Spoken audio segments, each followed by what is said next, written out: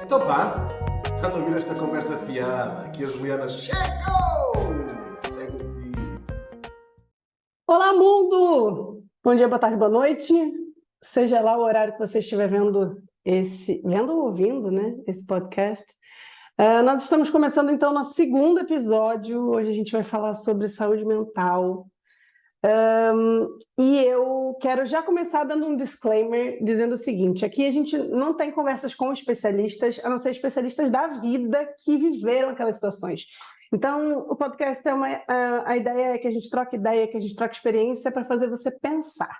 Não é de forma nenhuma um conselho médico ou um conselho científico, são visões das nossas próprias vivências.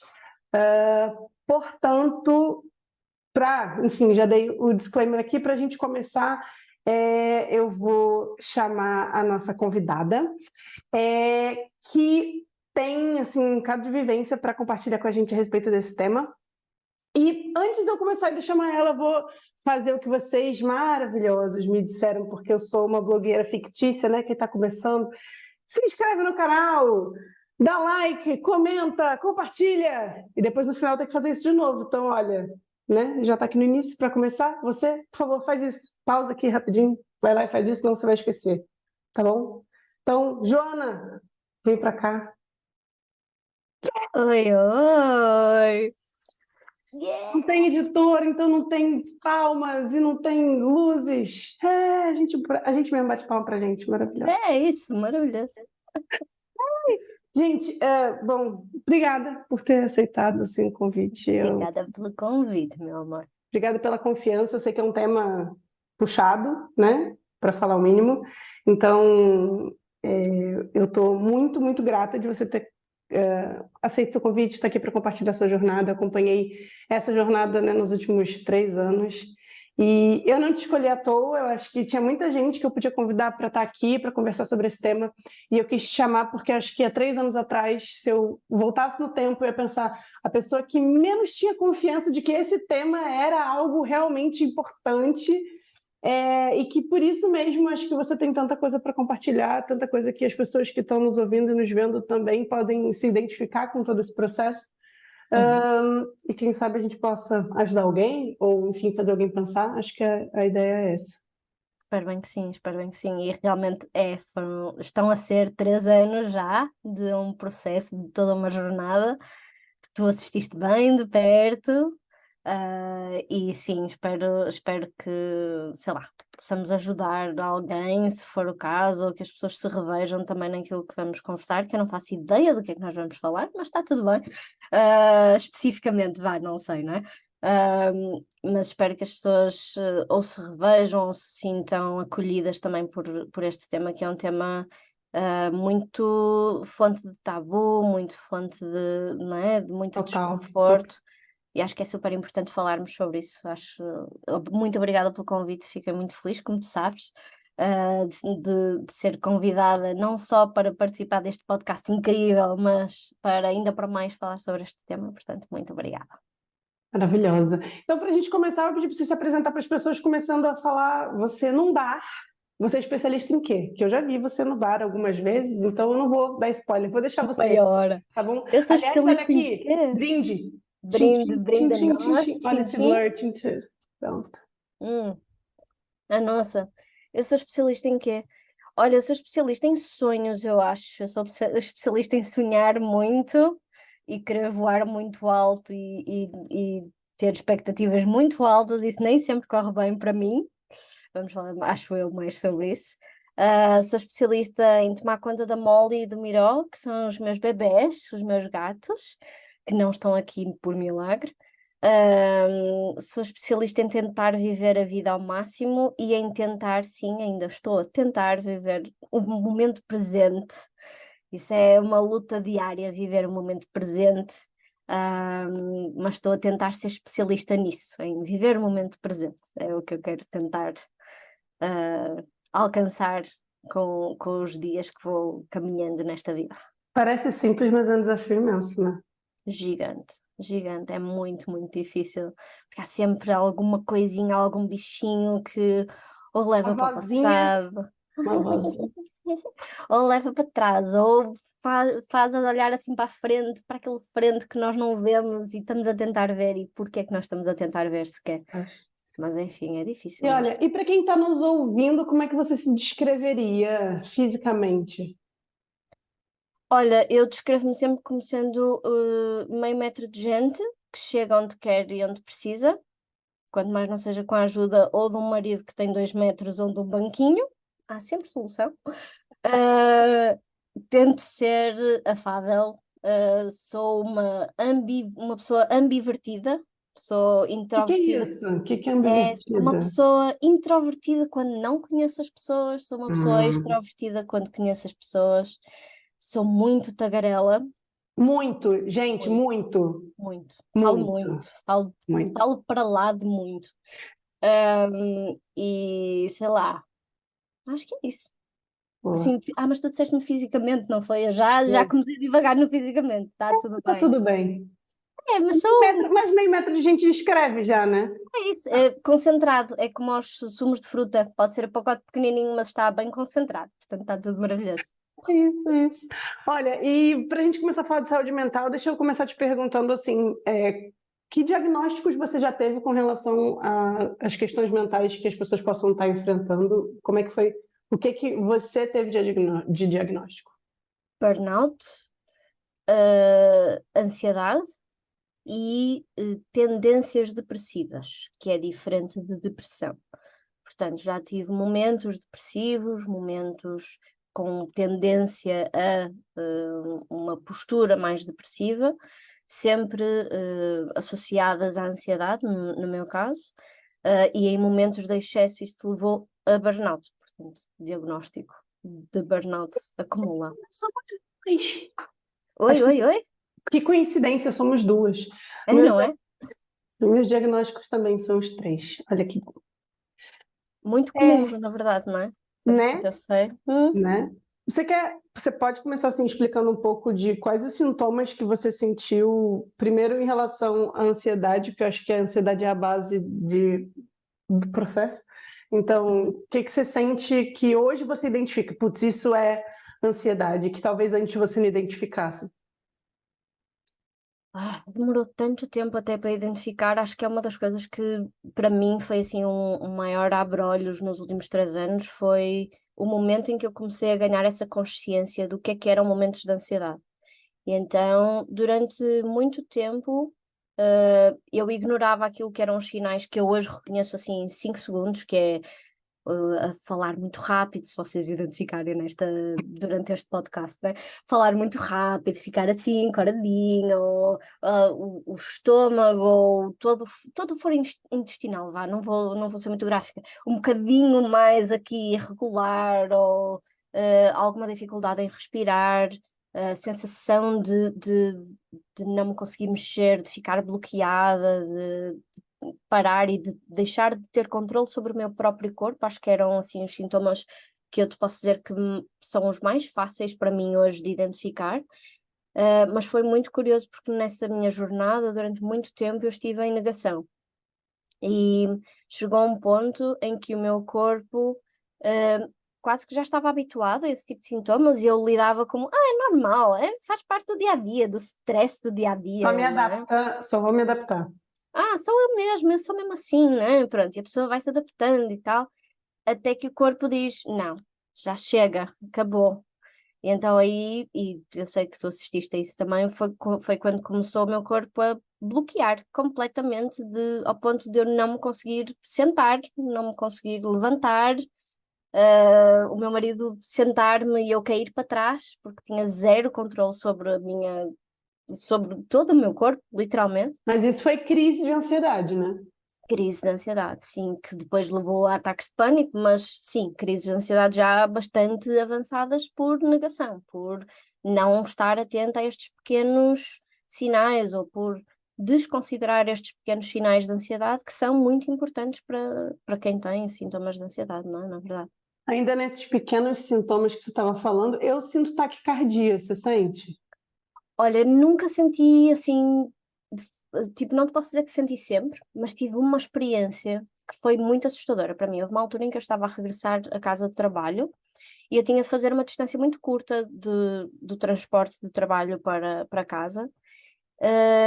E eu estava a andar a pé e foi literalmente aquela sensação de o meu batimento cardíaco saltou um batimento. E eu fiquei, meu Deus, isto não é normal, o que é que se está a passar comigo? E cheguei a casa, depois normalizou, cheguei a casa, quando eu chego a casa começo-me a sentir super zonza e o meu coração, ou seja, o oposto da taquicardia, né? Porque a taquicardia são mais batimentos cardíacos, no meu caso falhavam batimentos cardíacos, mas assim, vários. Nossa! Foi muito assustador, o meu pai não sabia o que fazer, foi assim... Mas então batia mais devagar? Eu tenho um batimento cardíaco muito baixinho, o médico sempre disse que eu tenho um batimento de passarinho, mas falhava mesmo batimentos cardíacos. Se eu tivesse um eletrocardiograma à minha frente, havia um batimento que o meu coração não estava a fazer. Assustador, coisa mais assustadora. Acho que nunca te contei essa história, na verdade. Não, mas isso você sente com frequência ou isso é em crise? Eu senti isso, olha, foi pré-terapia, foi pré-tudo isso. Ok. E senti num momento em que, para mim, eu até nem estava ansiosa, para mim até não se passava nada. Olhando para trás e analisando o que é que se passou naquele dia e o que é que se estava a passar naquela altura, aí sim, eu percebi, ok, portanto isto foi o meu corpo a dar sinais. Porque eu não tenho, felizmente, nenhum problema cardíaco, nem nada, né? Mas é o tipo de sinais que às vezes o corpo dá e que a pessoa muitas vezes nem se percebe, não é? De que são sinais do corpo, é inacreditável.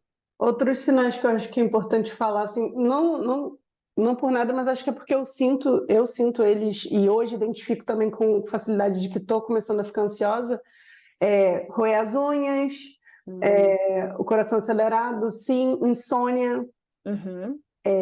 Às vezes eu fico mexendo a perna, estou sentada assim, fica aquele com a perna assim, nossa, e isso é muito, às vezes eu acho que a gente normaliza muitas coisas, né, nesse de, mas eu sou assim, ninguém é ansioso. Não, para mim pior do que isso é tique nervoso. Gente, só a expressão é tique nervoso já diz alguma coisa, não sei se estão a perceber, mas enfim, mas sim, é.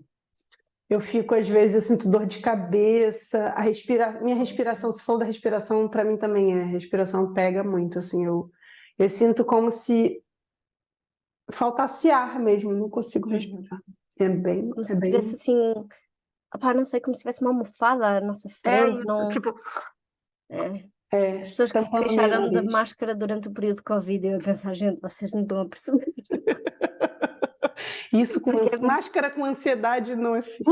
Meu Deus do céu, que desafio. Esse sim foi um desafio. E eu vou te perguntar uma coisa, porque há um sintoma que eu me apercebi depois também que, aliás, no decorrer do meu tratamento, eu percebi-me que era muito afetada por isso também, que tem a ver com as hormonas e como tu passaste por uma gravidez recentemente e ainda, quer dizer, não faço ideia porque eu sei zero sobre gravidez, aprendo contigo, né? Mas eu sei que as hormonas têm um grande impacto no corpo da mulher, quer a pessoa esteja grávida, quer não esteja, ao longo da vida de uma mulher, as nossas hormonas, não é? Sem dúvida. São uma festa.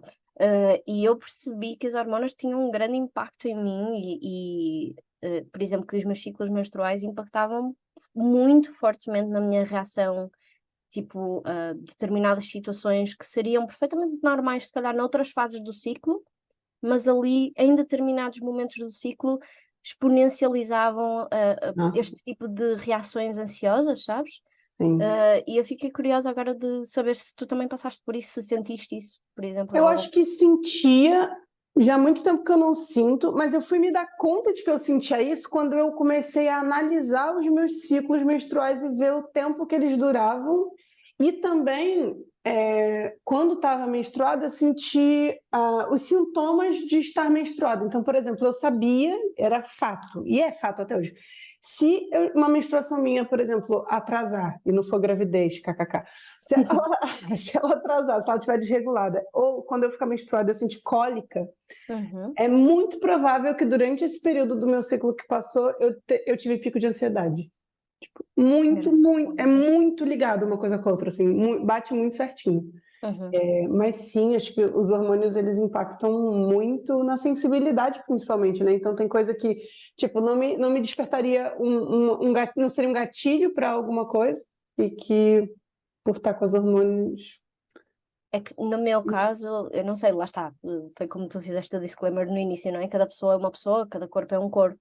Para o meu corpo é extremamente importante eu estar regulado hormonalmente, caso contrário, eu tenho picos mensais em que eu vou ter, opá, por muito que eu faça tudo o resto, por muito que eu faça aquilo que aconselham, que é a alimentação equilibrada, a meditação, a respiração, o exercício físico, blá blá blá, e tu assististe a tudo isso que eu fazia super certinho, quase Sim. paranoicamente, mas tudo isso que foram hábitos que eu fui ganhando, permitiram-me perceber isso, perceber que estes padrões de momentos do meu ciclo menstrual tinham um impacto em como o meu corpo reage, lá está, a momentos do dia a dia, e que exponencializavam bastante, mesmo que eu fizesse tudo o resto para contrariar, digamos assim, a ansiedade, não é? Ou para Para minimizar os estabilizar. impactos. Aham. É para minimizar o impacto da ansiedade, mesmo assim as hormonas têm um poder incrível. Aliás, eu acho que é das coisas que mais me fascina é o, o quanto nós não temos controle sobre o nosso corpo. Eu acho que as pessoas só começam a ganhar essa consciência mais tarde. Nós podemos fazer muita coisa para ajudar o nosso corpo, não é? E lá está, eu já mencionei várias, mas o nosso corpo parece, às vezes parece ter vontade própria e é Em crise, incrível, principalmente, né? Em crise, completamente. então. Eu vou te perguntar, então, sobre o crise, assim, o que que caracteriza que você está em crise de ansiedade? Em crise de ansiedade é o shutdown, portanto é o chamado corpo desliga completamente. E é muito curioso, houve um documentário que eu vi, não sei se posso fazer publicidade, mas vamos fazer que se lixe. Pode. Acho que foi no Netflix, se não me engano, e era sobre precisamente o cérebro, e é uma série, recomendo, fala várias coisas, e num dos episódios falava sobre ataques de ansiedade. E sobre os modos de fight, de lutar, or flight, de fugir, não é? Uhum. E é muito interessante porque eu estou-me a rir porque a comparação que eles fazem para explicar é através de um javali africano. E o que é que acontece? O javali africano, quando está no meio de lá da savana e se apercebe de que há uma ameaça, todo o sistema do javali entra em shutdown, à exceção de ouvidos, olhos e, no caso, a musculatura, para ele conseguir fugir. Tudo o resto, sistema digestivo, mesmo o sistema respiratório fica ali um bocado mais acelerado, batimento cardíaco acelerado, tudo mais. Para quê? Para conseguir dar resposta ao modo de eu preciso fugir desta ameaça. E foi muito curioso, porque eu vi aquele episódio e revi-me completamente no javali, porque é exatamente isso que eu sinto num ataque de ansiedade. Eu sinto que todo o meu corpo entra em shutdown, à exceção de aquilo que me permita fugir daquilo que me está a gerar desconforto, não é? Portanto, se eu estou com medo de alguma coisa, o meu instinto é fugir. Então, se o meu instinto é fugir, o meu coração precisa bater mais rápido para eu poder correr, os meus olhos ficam super despertas, lá está, por exemplo, a insónia, tu ficas super desperto, por muito cansado que estejas, não consegues descansar, o teu corpo fica irrequieto. Muitas vezes eu tinha momentos em que parava todo o meu sistema digestivo horrível, não vou descrever porque é demasiado gráfico, mas muito, muito mal mesmo. E depois, para mim, o pior do que o momento da ansiedade até é o pós. Porque quando a pessoa está assim, é muito fácil entrar em espiral de pânico, de não, lá está, não ter controle sobre isso que está a acontecer ao corpo e entrar muito rapidamente naquela espiral de pânico, e depois é a avalanche de cansaço quando o corpo efetivamente deixa de estar nesse pico de ansiedade. É Relaxa um pouco, os músculos estão todos. É fadiga pura, né? completa, completa, é inacreditável. E aí é que nós percebemos o impacto que o medo tem no nosso corpo. Porque é um impacto, ou que o desconforto, porque nem sempre é medo, às vezes é o desconforto com alguma coisa, não é? Então, o impacto que o desconforto gera no nosso corpo é inacreditável. É muito potente mesmo. Eu sinto, quando estou em crise, sensação de desmaio. Eu nunca desmaiei, mas é uma sensação de que vou desmaiar. Eu lembro de um episódio assim que para mim foi muito característico. Eu acho que não tem como falar de descoberta de ansiedade sem falar de pandemia. Acho que para muita gente a pandemia foi uma lupa para se olhar e perceber. Assim, a gente trancado em casa muito tempo e com os nossos parceiros ou quem estava sozinho mesmo teve a oportunidade, acho que, de se olhar e de vivenciar talvez de olhar para essas coisas que estava negligenciando, esses sinais que o corpo dá e, mas eu sou assim. E aí eu lembro de um dia em que começaram a flexibilizar aqui em Portugal um pouco isso, e como acho que 80% das pessoas que vivem aqui, eu resolvi ir no IKEA. E aí mas eu fui num dia de semana, então supostamente era para estar vazio, e mesmo que não tivesse, supostamente tinha um controle de quantidade de pessoas dentro da loja. E eu entrei na loja e aquilo parecia uma feira. E acho que foi uma das primeiras vezes que eu saí de casa durante o confinamento, assim. A não ser para ir no mercado, né? Que era a única coisa que a gente fazia. E eu fui aqui e tal, entrei, fui eu e meu marido, entramos e começamos a passar pelos corredores. Por si só, o IKEA sempre, até hoje, me causa um nível de ansiedade, mas hoje é menor, porque são muitos corredores, muita informação, é música, é luz, é gente, é muita coisa. Muita cor. Muita cor, é muita coisa. E naquele momento, quando eu percebi, as pessoas estavam passando e encostando em mim, esbarrando em mim. Aquilo me deu uma sensação de desmaio. Eu achei que eu ia cair dura ali no meio. E eu só peguei no ombro do meu marido e falei assim: vou desmaiar. E ele foi, vem comigo, foi me empurrando para um canto. E aí. Ai, posso fazer publicidade do meu marido, né, gente? Mas ele me colocou no canto, aí me abraçou, respira comigo. Fui respirando. Quer água? Não. Você tá melhor? Tô, quero ir embora, quero ir embora, quero ir embora, quero ir embora. Vamos embora. E aí, para mim, naquele dia, foi tensão muscular, né? Toda rígida, sensação de desmaio, respiração, taquicardia. Então, é assim que eu identifico, pelo menos acho que as maiores crises que eu tive foram isso, e choro. Eu choro muito, muito, muito, muito, muito, copiosamente, não paro. Eu não. Você não? Eu caio tanto, é uma coisa inacreditável, é muito. Eu só começo a chorar ou só tenho. Aliás, eu e a minha terapeuta já começamos a chamar as descargas emocionais. E é muito curioso porque o meu marido, coitado, que também, como o teu, tem momentos assim, não é? Nós podemos fazer publicidade aos nossos maridos, que são uns fofos. O meu marido teve de aprender muito, e ainda para mais, o pico deste início de caminhada, digamos assim, de ansiedade, começou praticamente na mesma altura de Covid, não é? Então foram ali vários meses de muita aprendizagem, não só minha, mas também dele em relação ao que se estava a passar comigo. E era ainda mais, se já era difícil para mim perceber o que é que se estava a passar comigo, para ele, minha Imagina alguém de Nossa fora que nem está Senhora. sentindo, né? Você pelo menos está sentindo o seu corpo reagir, ele nem é o corpo dele. E a questão é, quem está a passar o que estamos a passar quando estamos em momentos de ansiedade ou mesmo de pânico, se chegar a isso, nós não conseguimos, é muito difícil verbalizar naquele momento o que é que eu preciso de outra pessoa, porque eu não sei, eu só sei que não está bem, eu só sei que preciso sair dali. E então foi muito curioso, porque o Covid sim teve um impacto gigante nos últimos 3 anos, imenso na minha vida, a muitos níveis. E esses impactos não foram só de calendário, não foram só na forma como eu saía ou não de casa, era como eu percepcionava a noção de sair de casa até, por exemplo. Então, na altura, durante todo este processo, por exemplo, eu raramente chorava, eu só chorava já quando, lá está, quando o corpo quebrava de vez, aí eu chorava. Mas era quando quebrava completamente. Portanto, quando eu passava da ansiedade para o pânico, aí eu chorava.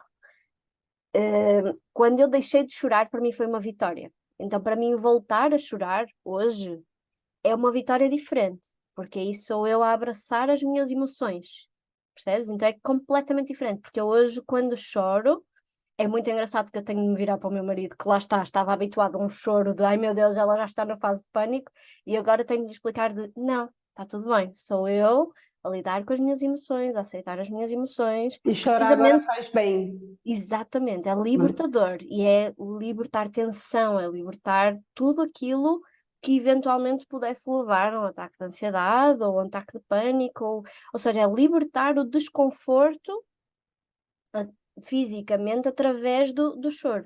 Olha, o choro que era então um sinal de cheguei no limite, agora ele é um mecanismo de nem vou ter a Libertação. crise porque eu liberto antes. Que cena. Exatamente. E Mudou você acha, completamente. e você acha que isso se deve por causa do processo de terapia, de você perceber o que o choro representava para você, ou que mecanismos você podia usar para não chegar em crise? Sim, sim. Eu acho que a terapia para mim foi essencial a todos os níveis, todos. Perceber quais é que eram os gatilhos que me levavam a ter um ataque de ansiedade, até para mais cedo começar a tentar prevenir esses sintomas e Você pode tentar. compartilhar já agora, então, gatilhos, o que que é? Porque tá muito comum, todo mundo fala, cuidado, gatilho, gatilho e Gatilhos. tal, mas então, o que que é gatilho para você, né? Na sua experiência, o que que você identificou que são seus gatilhos? Eu tenho vários gatilhos, momentos com pessoas em particular, ou seja, coisas que determinadas pessoas que para mim têm um valor, ou seja, pessoas que me dizem muito, dizerem alguma coisa ou falarem de determinada maneira no momento em que eu possa estar mais sensível ou falarem de uma forma que se calhar eu não estou à espera de receber sobre alguma coisa que me é muito querida ou qualquer coisa, são gatilhos para mim, porque eu vou automaticamente o meu cérebro começa a ruminar sobre essas coisas e então despoleta ali um processo de ruminar e de ficar presa naquele nó e de ficar nervosa com aquele pensamento e lá está, de não estar no presente e de pensar, será que ele quis dizer isto? Será que quiseram dizer aquilo? O que é que isto quer dizer? O que é que isto não quer dizer? Isso é um gatilho gigante para mim. Gestão de expectativas e de o que é que as pessoas acham de mim, o que é que não acham de mim. Eu gostava muito de ser como a Wednesday Addams e não querer saber de todo, mas eu interesso-me, especialmente se são pessoas muito próximas de mim, isso tem um impacto muito grande em mim. Depois, qualquer coisa que me tire da minha zona de conforto. Qualquer coisa que me tire da minha zona de conforto. Há coisas com as quais eu lido melhor, porque muitas vezes, por exemplo, até, e tu assististe também a isso, eu comecei a fazer exercício físico com uma PT, caso contrário, no meu caso, se eu não tivesse esse compromisso com alguém, eu não conseguia fazer isso, eu sabia que era importante, eu sinto a diferença quando eu treino e quando eu não treino. E atenção que estamos a falar de um treino não tem só a ver com aspecto físico, ou só com saúde, do ponto de vista de gorduras, não tem nada a ver com isso, tem mesmo a ver com saúde mental. Eu comecei a fazer exercício físico porque eu precisava de desgastar energia, até porque eu, como muita gente, e como tu, por exemplo, trabalhamos o dia todo sentadas numa secretária e não temos escape físico, portanto o nosso corpo acumula muita energia. E foi muito curioso porque ao longo dos meus treinos com a minha PT, que acaba por ser uma segunda terapeuta nesta minha jornada, ela várias vezes foi-me tirando de zonas de conforto. Portanto, por exemplo, qualquer exercício que implicasse eu dar um salto ou estar em sítios altos, minimamente, porque volto a referir, sou meio metro de gente, qualquer sítio ligeiramente mais alto para mim dá-me assim quase sensação de vertigem, ela forçava-me a fazer essas coisas para me tirar da zona de conforto. E isso foi extremamente importante para o meu processo, porque me ajudou a perceber como reagir noutras situações semelhantes de estar fora da zona de conforto. Então, aos poucos, o meu cérebro, o meu corpo, foi aprendendo a lidar com como estar fora da zona de conforto.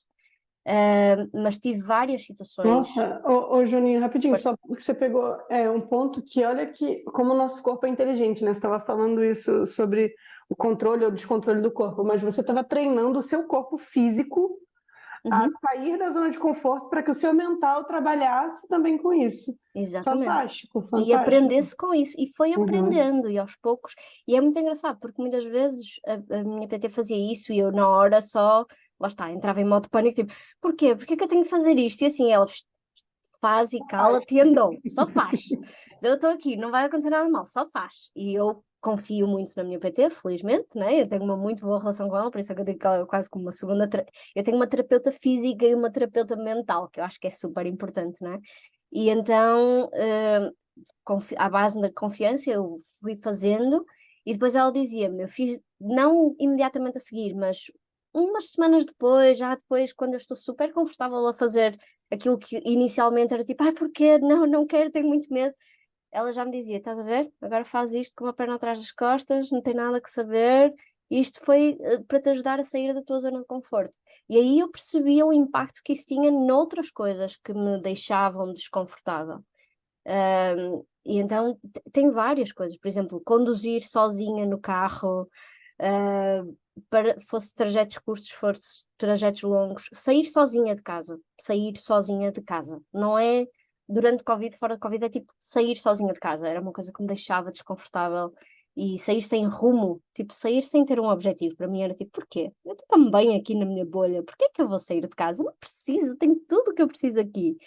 Só que não, precisamos de ar puro, de outras Pois, coisas também. pois. E É deixa eu te, super importante. e deixa eu te perguntar, você comentou agora algo que te ajuda e te ajudou e te ajuda a controlar, vamos dizer assim, a ansiedade, mas dando um passo atrás, né? Como é que foi o seu diagnóstico? Uhum. Quem fez? Como é que você chegou até um diagnóstico?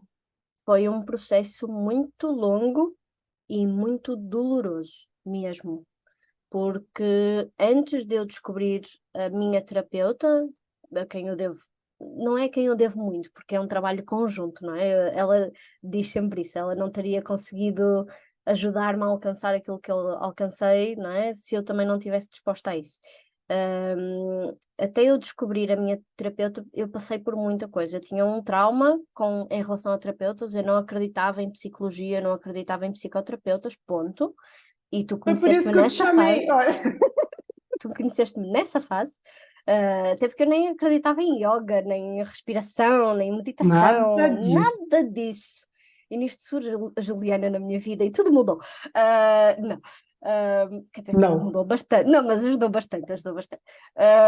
Mas foi muito curioso porque eu era muito contra essas coisas todas. Então era muito tipo, não, ciência, medicação, eh, receitas muito preto no branco. Tipo, se eu fizer exercício, o meu corpo vai estar saudável. Se eu comer saudável, o meu corpo vai estar saudável. E se o meu corpo estiver saudável, a minha mente vai estar saudável e tudo vai correr bem. Eu vou conseguir fazer as coisas e está tudo maravilhoso.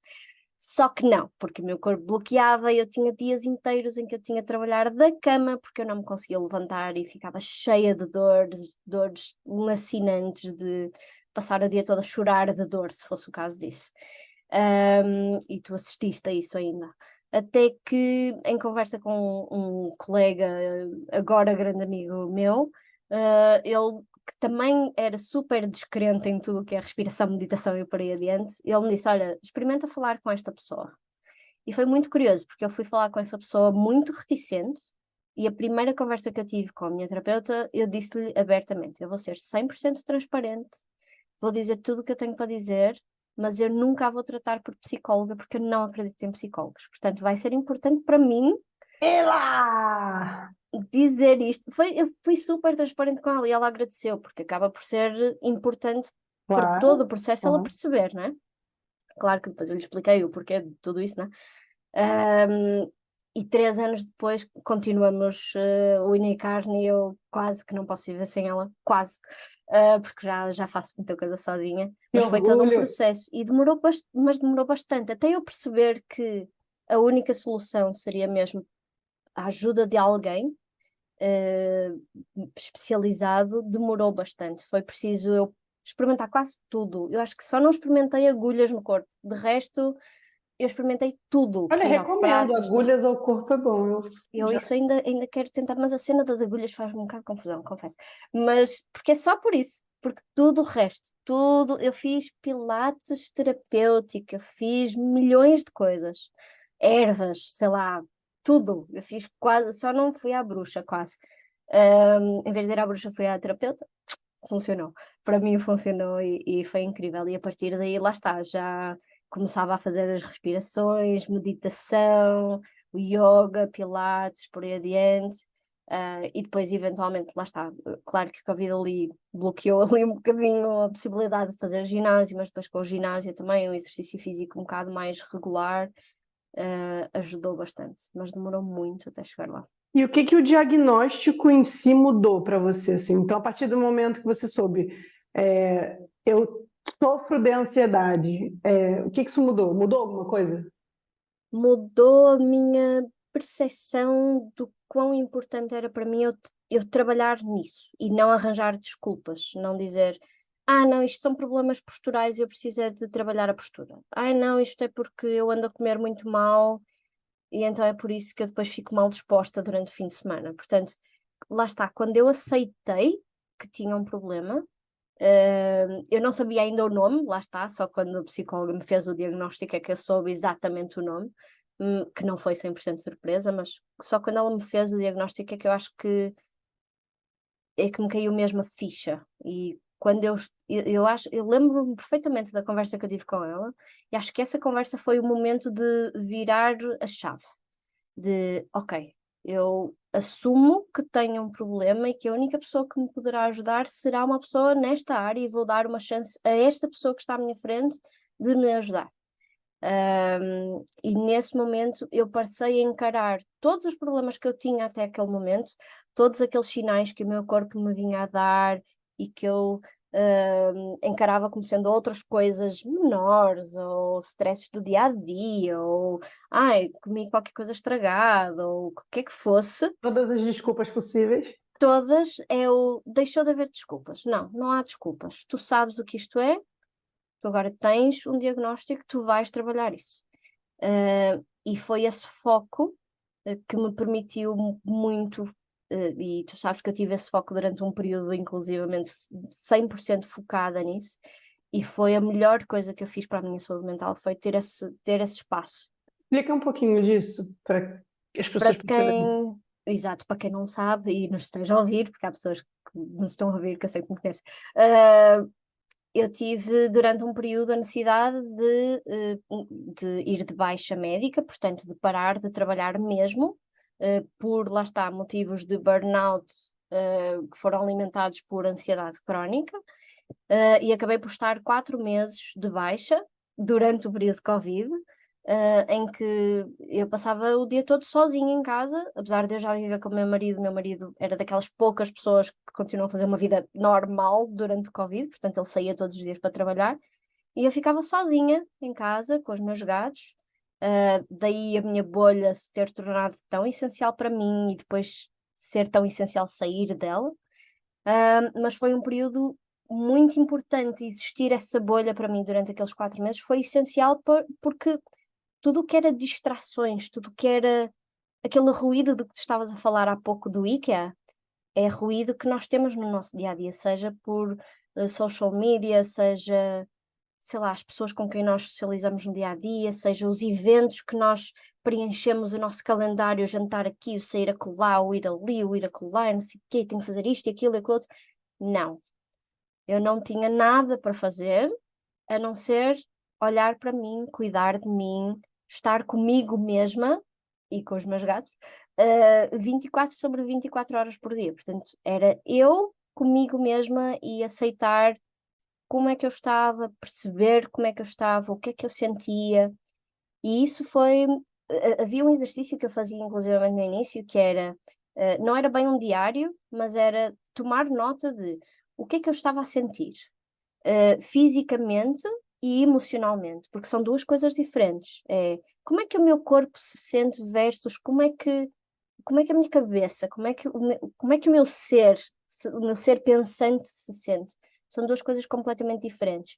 E depois tentar ligar os pontos de um lado para o outro e perceber, se calhar isto está relacionado com isto, ou se calhar não, se calhar é só uma coisa perfeitamente normal. Portanto, ir desmistificando, e foi assim que eu fui identificando gatilhos, por exemplo. Era ir tomando nota de cada vez que eu tinha algum momento mais ansioso, alguma pequena discussão, por exemplo, que eu tivesse com o meu marido, ou alguma coisa que acontecesse, algum contacto que eu tivesse com alguém que despoletasse algum tipo de ansiedade, eu tomava nota. E depois ia e analisava e tentava perceber qual é que foi a minha reação física, o que é que despoletou, está relacionado, não está, o que é que faz, o que é que fez gatilho, o que é que não fez, o que é normal, o que é que não é.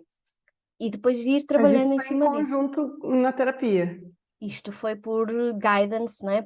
Com a minha terapeuta a guiar-me a fazer este tipo de exercícios. Mas foi essencial, eu sem esse espaço para fazer isto com este nível de foco, ainda para mais na altura do Covid, por exemplo, eu lembro-me que logo de início, uma das primeiras conversas que eu tive com a psicóloga foi: eu vou deixar de ver notícias, eu não vou ver notícias. Então, Eu até lembro. hoje eu tenho um acordo com a minha família, porque eu gosto de ser uma pessoa informada, apesar de tudo, né? Mas eu tenho um acordo com a minha família, com o meu marido, de eu não vejo notícias, não vejo notícias, ponto final. Não ouço na rádio, não vejo em lado nenhum. Se me cruzar com algumas letras gordas de alguma coisa, geralmente até tento evitar, mas de vez em quando isso acaba por ser assunto de conversa, que é bom também depois ter conversas com insumo com as pessoas que me rodeiam, não é? Então é perguntar, então o que é que se passa no mundo? E a minha família faz um filtro, e diz-me: olha, passa-se isto, passa-se aquilo, é importante saberes que se passa aquilo ou aquilo outro. Às vezes mandam um artigo que, olha, este precisas mesmo de ler. Então ajudam-me também bastante nesse proteger daquilo que são os ruídos que estão à nossa volta e que são tão tóxicos para nós, porque não são só pessoas que são tóxicas, são ambientes também que são tóxicos. Então, você falou da tua família, eu ia perguntar justamente que, a partir do momento que você teve o diagnóstico, Uhum. como é que você lidou com isso com relação à sua família? Como sua família recebeu? Você compartilhou, não compartilhou? Porque, assim, é um assunto super tabu, né? Acho que aqui em Portugal, principalmente, eu senti o quanto isso é, assim, meu Deus do Muito. céu, nunca, nunca, nunca isso é conversado. Você raramente conhece alguém que faz terapia. Felizmente, eu acho que isso está melhorando. É, Sim, infelizmente. mas acho que para as pessoas que são mais velhas, né, que ainda pode ser um mais tabu ainda, né? É. Então, por isso é a minha pergunta. A minha família super acolheu e super me apoiou, e até hoje me apoiam nesta jornada, mas eu acho muito curioso porque nem sempre é claro para a minha família, eu acho, mas isto é percepção minha, nem sempre é claro para eles, eu só estou com palavras em inglês, se me quiseres ajudar a traduzir, os milestones que eu já alcancei, ou seja, as metas que eu já alcancei. Uhum. Porque há determinados momentos em que, se eu estou mais cansada, ou que se eu estou mais triste, ou em que se eu estou mais ansiosa, foge um comentário do tipo: então, mas e a tua psicóloga não te ajuda com isso?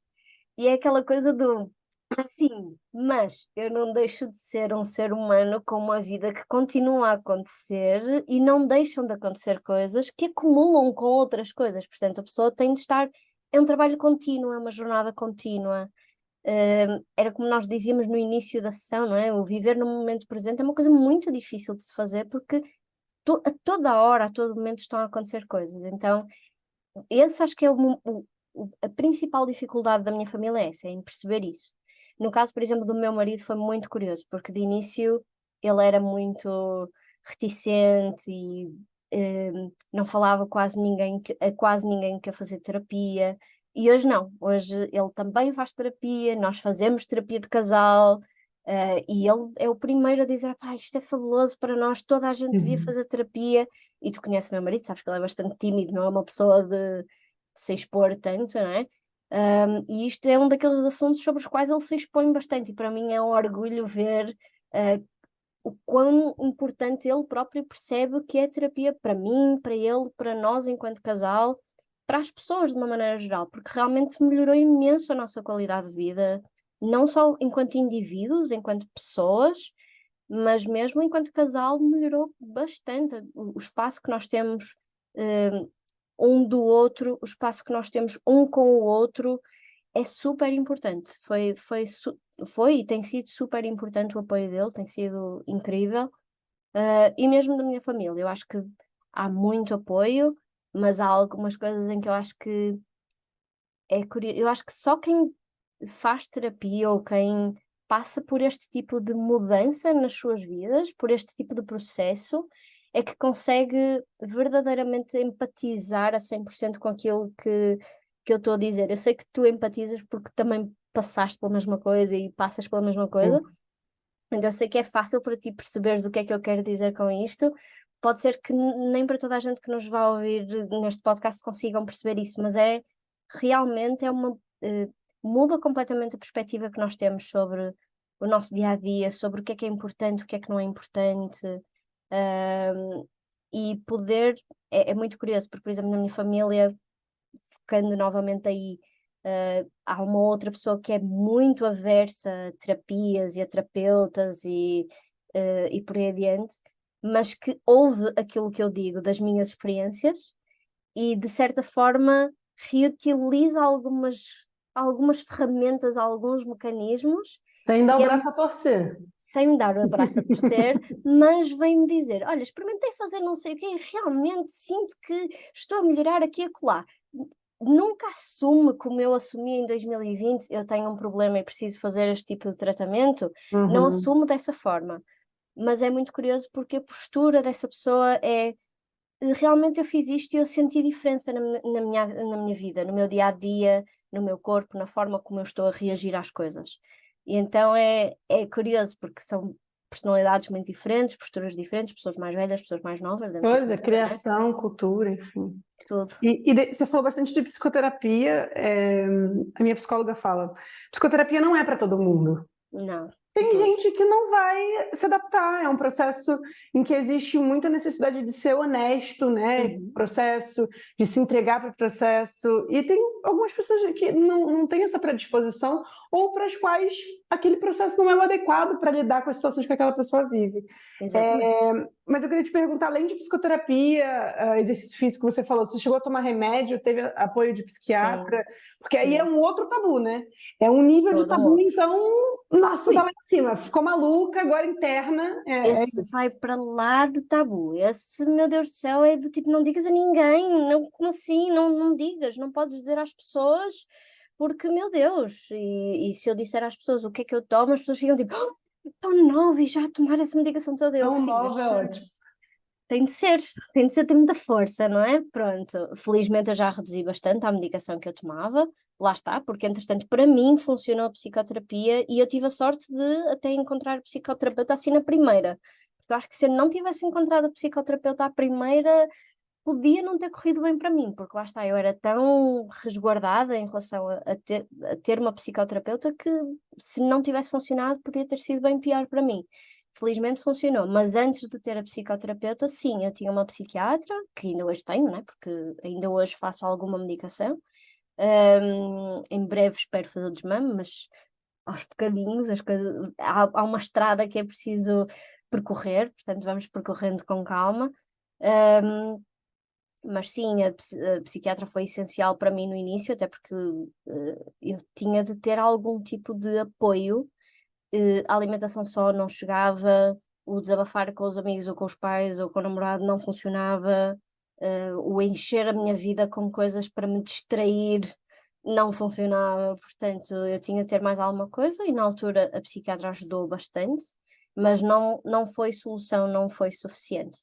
Mas eu confesso que ainda hoje eu sinto a necessidade dessa medicação e não é uma coisa que para mim, lá está, é uma coisa que eu quase que com algum desafio digo às pessoas, sim, eu tomo medicação, porque eu preciso, da mesma maneira que há pessoas que precisam de tomar vitamina não sei o quê porque o seu corpo não produz aquela vitamina ou porque precisam tomar outra coisa Isso qualquer, é uma né? coisa excelente, né? Porque, tipo, se alguém tem algum problema crônico no coração, a pessoa vai lá e toma remédio, não tem tabu nenhum, não é problema. Exatamente. Não, você tem um problema no coração, eu tomo medicação. Mas se você tem alguma substância faltando no seu cérebro, naquele momento em que você está passando por aquilo, e você toma medicação, ai, não pode. É uma Depois vais grande ficar questão, né? viciada. Pois, Depois pois, vais pois. ficar viciada. Mas cerveja pode. À vontade. Mas isso é outra conversa. Não, mas há muito isso, sabes? Tipo, estás a tomar medicação? Não, bebe um copo e se passa. É. Ouve-se muito isso, é do tipo, não é vou beber um copo e se passa, se for É, não. preciso, piora muito, imenso, não é? Se tem problema de Portanto, estômago, você vai lidar com problema de estômago, né? Você não vai ficar tomando cachaça para melhorar. exatamente, mas meu Deus. E deixa eu te perguntar, assim, você acha que existe algo do que você fez que você faria diferente ou que você não faria? Tem alguma coisa que você, tipo, putz, Isso aqui acho que foi um caminho que não me ajudou, ou não sei, algo que você não repetiria? Não, acho que isso foi uma das coisas que eu aprendi também no meu processo, foi aceitar que todos os passos que eu dei até hoje, enquanto pessoa, me trouxeram aonde eu estou hoje enquanto pessoa. E eu sou muito feliz com quem eu sou hoje. Não significa que eu seja perfeita, sou longe de o ser, sou um ser humano como outro qualquer. Tenho muito caminho pela frente, tenho muita coisa para aprender, mas tudo aquilo que eu sei hoje foi porque tomei as decisões que tomei e vou estando aos poucos, à medida que vou processando, que vou entendendo também porque é que tomei determinadas decisões em determinados momentos, vou aceitando isso e vou aprendendo com as decisões que eu tomei no meu passado e vou tomando decisões no futuro, se calhar já tendo esses aprendizados em consideração.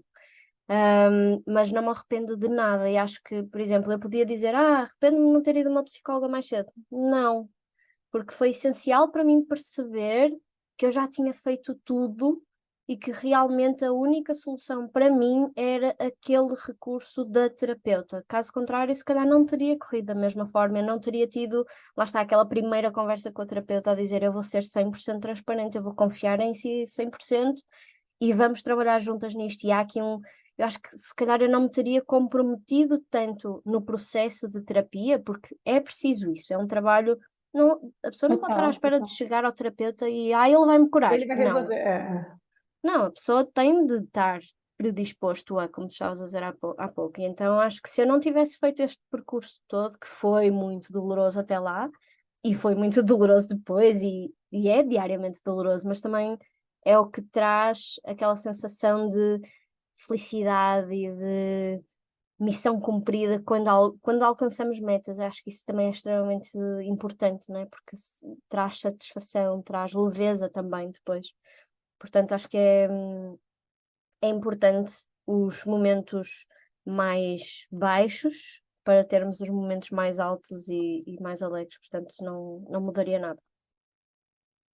Eu acho que no meu processo, assim, eu nem sei quando começou, sei lá, 8 anos, já não sei. Mas Uhum, uma coisa que eu acho que eu faria diferente foi insistir. Por exemplo, eu já mudei de psicólogo algumas vezes por escolha, uhum, e às vezes porque eu tive alta, às vezes porque eu mudei de cidade, às vezes porque uhum, aquela época eu não fazia ser por vídeo, né? uhum. E teve uma altura que eu insisti numa terapeuta porque eu tinha vergonha de dizer que eu não tinha gostado, que eu não tinha Ah, feito match. sim. E aí eu insisti naquilo e foi horrível, porque eu odiava estar lá, E eu então detestava o método, eu não falava nada, a não gente melhoravas? não melhorava. Pensavas, não é? Então, assim, Um bocado de jeito ainda pioravas também?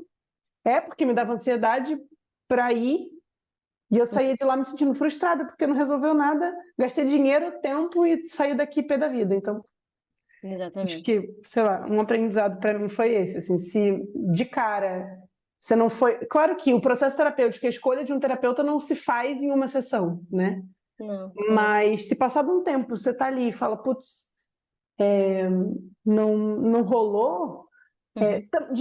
eu desisti depois. E foi péssimo, péssimo, péssimo, porque primeiro eu culpei a mulher porque não rolou, e ela, Exato. tipo, só que é uma relação que a gente constrói, né? Não tem uma culpa de um e culpa do outro, são duas pessoas, às vezes bate, às vezes não bate. E E são pessoas diferentes, não é? De personalidades diferentes. sim, e tem tanto terapeuta, tipo, por que não procurar outro, sabe? Então acho que Exatamente. se eu puder deixar um aprendizado do que eu fiz, que eu acho que eu não repetiria, era isso, assim. E eu também acho que uma época fui muito, muito, muito resistente à medicação, muito, muito, muito, principalmente uma época que eu estava passando por um processo depressivo. Uhum. E felizmente eu encontrei alternativas que me ajudaram também a sair dali. Além de exercício físico, eu busquei uma terapeuta, uma naturóloga, que é Uhum. minha terapeuta até hoje, assim, super recomendo. Ela trabalha com aromaterapia, com florais de bar, enfim, tem a respiração, uma série de coisas que me ajudaram a sair dali. E foi a propósito dessa pessoa que eu e tu começamos a falar sobre saúde mental, agora que penso nisso. Por Por causa causa. dos cristais que tu. Eu lembro que tu usavas um colar Uhum. de aromaterapia E a propósito disso nós começámos a falar e tu dizias, devias experimentar, e eu comecei a experimentar, numa altura até foi aqueles difusores, Difusor de ambiente. lembras-te de lavanda e não sei o quê, e faz toda a diferença. Tenho momentos em que preciso de ter para me ajudar a acalmar, também é outro mecanismo, mas desculpa Eu acho interromper-te. que. Não, nada. Eu acho que, enfim, né, para quem tem resistência e de repente pode tentar coisas alternativas, talvez seja uma outra maneira. O que não anula um tratamento médico, né? Exatamente. Porque tem vezes que não adianta outra alternativa, tem vezes que a gente precisa mesmo de acompanhamento Não, e médico. às vezes pode ser mesmo outros motivos físicos para além do foro psicológico, não é? Porque às vezes pode ser mesmo, sei lá, nós falámos sobre o descontrole hormonal. Eu precisei de fazer, ainda antes de fazer terapia, já não sei se foi antes, mas acho que foi. Eu precisei de regular hormonalmente o meu sistema. Então, por exemplo, eu faço toma de pílula contínua, nem é tanto por método contraceptivo, também, mas eu faço a toma contínua porque aquele intervalo da toma desregulava-me completamente. Então, tipo, eu comecei a perceber que calhava sempre com aquela semana e foi do tipo, não posso fazer isto. Ou seja, lá está, e nós já falámos aqui de vários exemplos, não é? Do quanto o nosso corpo impacta a nossa saúde mental. Portanto, é mesmo importante termos também consciência de que não é só a terapia, há outras coisas que nos ajudam também. E há uma coisa, é curioso, ainda hoje, em momentos mais difíceis, chamamos assim, mais estressantes, mais, por exemplo, para mim, e tu sabes, para mim tudo que é chuva, inverno, frio, é difícil e é um período horrível para mim, ainda para mais em Portugal, e eu sou de Braga, portanto chove 90% do ano, minha Nossa Senhora, toda uma luta, mas é importante a pessoa saber dizer que não a determinadas coisas também. E então foi muito curioso, porque ao longo da minha terapia eu aprendi a dizer não também à minha terapeuta, ou mesmo à minha PT, do tipo, eu sei que vocês me querem ajudar, mas neste momento eu preciso de ir comer um hambúrguer gigantesco, e amanhã preciso comer um bife, e amanhã preciso comer uma pizza, e eu hoje preciso de passar o dia todo fechada em casa, embrulhada numa manta, a ver filmes que não servem para nada a não ser para me desligar o cérebro, porque há dias assim, há dias em que a pessoa também precisa disso, e isso pode não parecer saudável para quem possa ouvir que esta pessoa está a combater um problema de ansiedade ou até um problema depressivo e vai-se fechar em casa, tem algum jeito? Tem, porque às vezes é isso que o meu corpo precisa, é isso que o meu cérebro precisa, é essa a ferramenta que eu preciso naquele momento para conseguir lidar com o que quer que seja que me está a acontecer.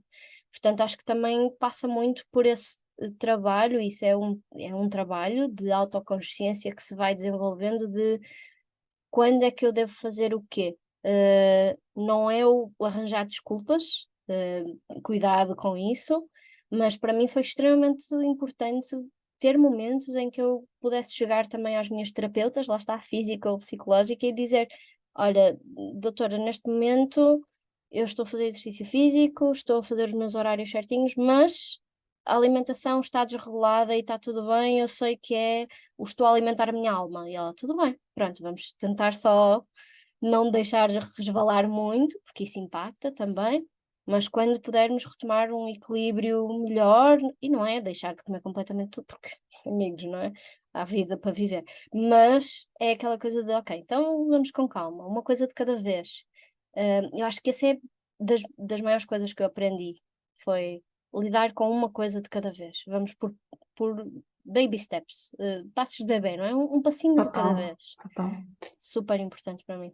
Olha, para a gente finalizar, eu queria dizer para você que eu estou muito orgulhosa de olhar para você e ver todo o percurso que você percorreu. Eu sei que num episódio de, sei lá, 50 minutos, a gente não consegue, talvez, fazer jus a tudo isso que foi, né? Porque quem viveu e quem vive esse tipo de processo sabe o quanto cada passo é importante, cada pequeno passo é uma grande vitória, assim, e eu tenho muito orgulho de olhar para a tua jornada e ver o quanto você evoluiu e o quanto o equilíbrio hoje é mais constante para você do que a falta dele.